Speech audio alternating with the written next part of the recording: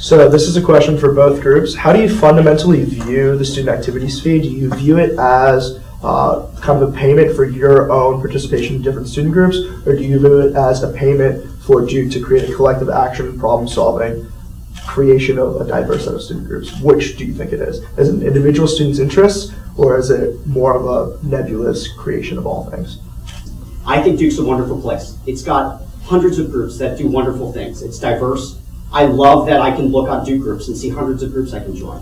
What I think fundamentally, though, is that students are paying a certain amount of money, and they should have some say in where that money goes. There should be some accountability to how that money's spent. And not only do I think it's more efficient and will create a more vibrant campus community if you have students allocating a portion of their money, but I also think that's more ethical. Why do I think it will actually create a more vibrant campus community? You walk onto this campus as a freshman, what do you have available to you? Hundreds of groups. You can thrive in them. I was lucky enough my freshman year to get an email from the American Grand Strategy Program. If I hadn't got that email, I never would have joined, and my whole time at Duke would have been fundamentally different than it is right now. But I wonder, if the 40% plan had passed, or had been in effect when I was a freshman, groups would have had more of an incentive to actually reach out to me. More groups like the American Grand Strategy Program would have been sending me emails, would have been saying, hey, look at what we do. Look at how you can be involved. Look at how you can make a difference on this campus. I think that's a wonderful, beautiful thing to create an incentive effect that basically allows for students to be better informed, so when they're freshmen coming in here, they can fully know about the amazing things available to them and take advantage of it. I absolutely don't think groups are commodities. I think Duke's an amazing place that has amazing diversity, and for that very reason, I think the 40% plan should pass, because it will increase students' access and knowledge of that amazing diversity.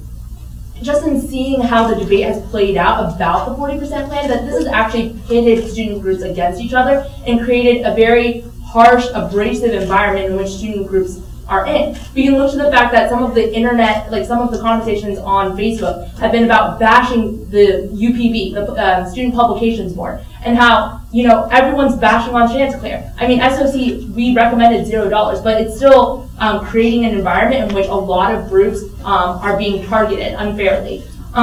Furthermore, I think you can look to the fact that Daniel says that he doesn't see student groups as commodity, but the 40% plan, in effect, treats student groups as commodities. It forces groups to campaign for students' money, and as Stephanie noted in her opening speech, in the very beginning when, you know, students are deciding where to allocate their money, that's directly pitting groups of, you know, the small service groups, the 70 small service groups in DPS. It's pitting one small service group versus another, which is bad for student life on campus. Yeah, and essentially, like what I see the student activities fee is, and historically what we've seen it is you are paying as a student, you're paying a fee to kind of invest in Duke's community. You come to Duke not because you want to join one student group. You come to Duke because it has this vibrant student life.